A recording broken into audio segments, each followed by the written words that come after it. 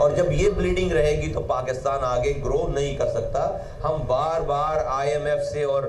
तमाम बैरूनी ममालिक के इदारों से कर्ज लेकर पाकिस्तान को मजीद नहीं चला सकते। आज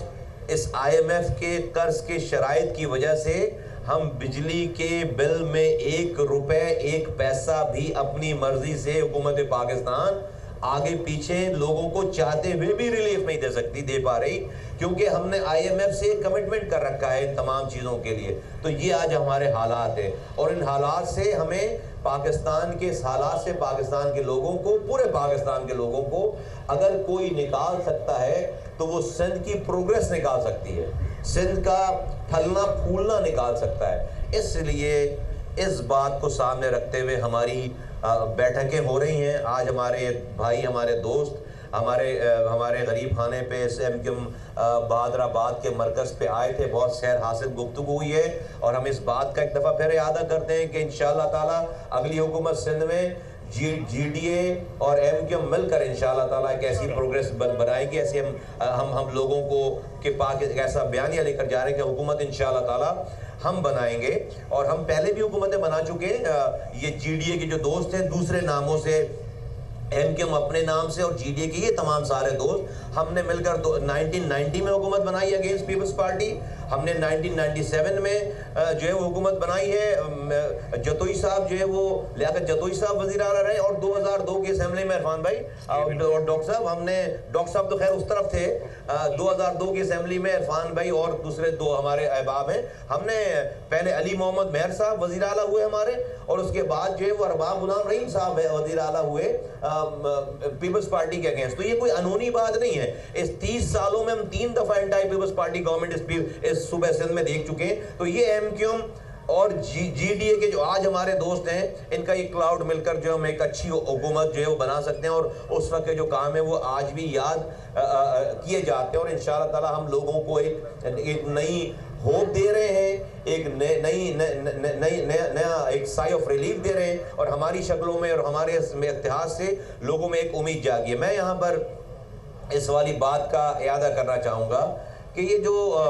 केयर टेकर हुकूमत है, इसको डेफिनेटली इसका कॉन्सेप्ट ये है, आइन ये कहता है कि ये अनबायस दिखे। आज की जो हमारी ब्यूरोक्रेसी है वो अनबायस दिखे। हम नहीं कह रहे कि हमारी फेवर करें, लेकिन हम ये भी नहीं चाहते कि वो किसी और की फेवर करें। उनको न्यूट्रल होना चाहिए, उनको अनबायस होना चाहिए। इसलिए कि इलेक्शन जिसे हम फेयर एंड फ्री कहते हैं, वो इलेक्शन के दिन होने वाले इलेक्शन का नाम फेयर एंड फ्री नहीं है। इलेक्शन से पहले 80% इलेक्शन से पहले हो चुका होता है, और वो सारी चीजें सेंसस से लेकर, डिलिमिटेशन से लेकर, और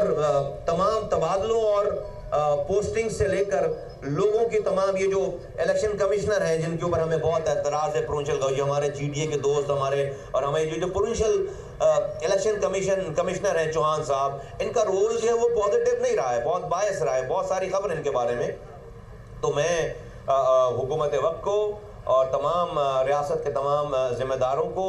ये बावर कराना चाहता हूँ, ये रिक्वेस्ट करना चाहता हूँ कि इलेक्शन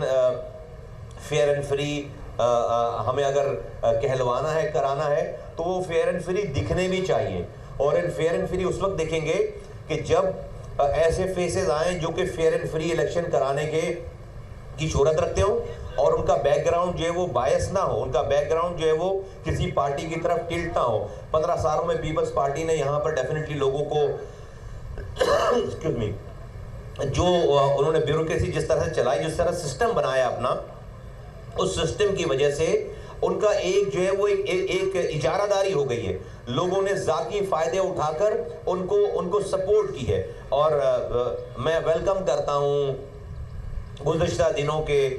ये जो पिछले 2 दिन पहले आर्मी चीफ आए थे कराची में, और उन्होंने इकॉनमी को बेहतर, पाकिस्तान की इकॉनमी को बेहतर बनाने के लिए एक बहुत ही उम्मीद अफजा अपने प्लान्स और अपनी अपनी काविशों का जिक्र किया और आगे के फ्यूचर प्लान्स बताए, जिसका असर जो है वो बहुत हद तक जो है वो आप देखेंगे डॉलर पे पड़ रहा है, स्टॉक एक्सचेंज पे पड़ रहा है। हम दुआ भी करते हैं और हम जो है वो इस वाली बात का यादा भी करते हैं कि इस पाकिस्तान की इकोनॉमी को बेहतर बनाने के लिए जितने लूप होल्स हैं, जैसे उन्होंने जिक्र किया कि पाकिस्तान में जिस तरह से स्मगलिंग हो रही है, जिस तरह से डॉलर की स्मगलिंग हो रही है, जिस तरह से जो है वो डीजल बाहर से आ रहा है, जिस तरह से सिंध और खास और कराची में सिस्टम्स चल रहे हैं कि जिसको चाहो पैसे उठ रहे हैं, SBCA है, वाटर बोर्ड है, टैंकर माफिया है और तमाम लैंड का कारोबार है, KDA में मसले मसाइल, ये सब कुछ सिस्टम चल रहा है। ये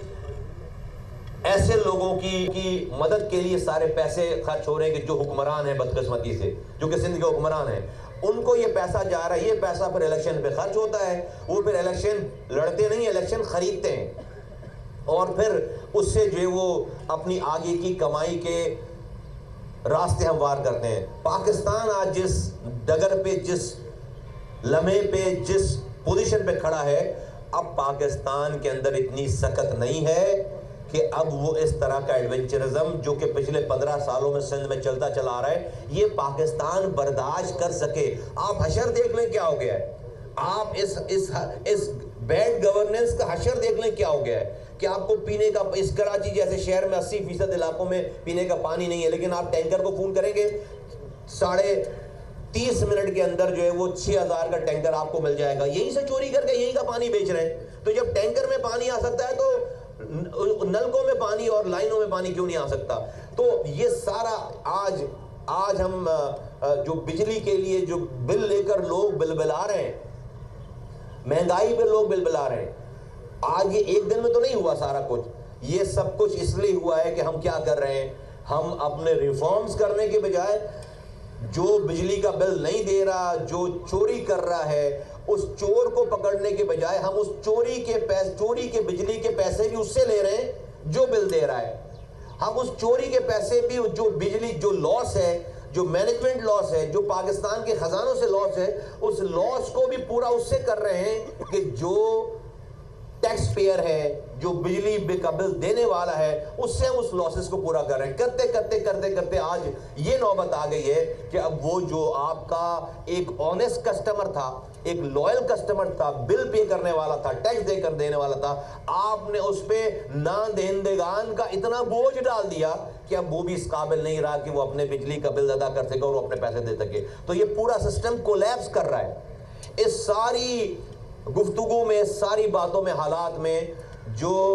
पिछले दिनों 2 दिन पहले आर्मी चीफ ने आकर यहाँ पर बिजनेस कम्युनिटी से जिस तरह के ख्यालात का इजहार किया है, हम दुआ करते हैं कि वो अपने इन मकासद में कामयाब हों, ताकि ये इन्वेस्टमेंट जो कि वो फोरसी कर रहे हैं, तकरीबन $100 बिलियन की इन्वेस्टमेंट आ सके। और वो उसी वक्त आएगी कि जब यहाँ पर एक्शन नजर आएंगे, और action must speak louder than word. कि अगर हम अपने घर को इन ऑर्डर नहीं करेंगे, हाउस इन ऑर्डर नहीं करेंगे, बाहर वाला आकर अपना कोई $1 भी नहीं लगाएगा, बल्कि जो मुल्क वाला भी है उसको वो भी अपने पैसे लेकर वो बाहर चला जाएगा। ये बड़ी सिंपल सी साइंस है, इसमें कोई रॉकेट साइंस नहीं है, बड़ी सिंपल सी साइंस है। तो हमें हमारे एक्शन नजर आने चाहिए कि हम चोरों को,